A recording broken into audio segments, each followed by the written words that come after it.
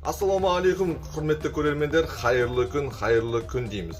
Жалпы Солтүстік Македония Қазақстан арасындағы матч 1-1 есебімен сырт алаңда бір ұпай алды ұлттық құрама. Жалпы Талғат Байсуфиновтың ойын жүйесі 10 күннің ішінде, 2 аптаның ішінде кереметтей өзгерді. 4 қорғаушы, 3 жартылай қорғаушы, 3 шабуылшы ретінде керемет ойын тізбегін құрды.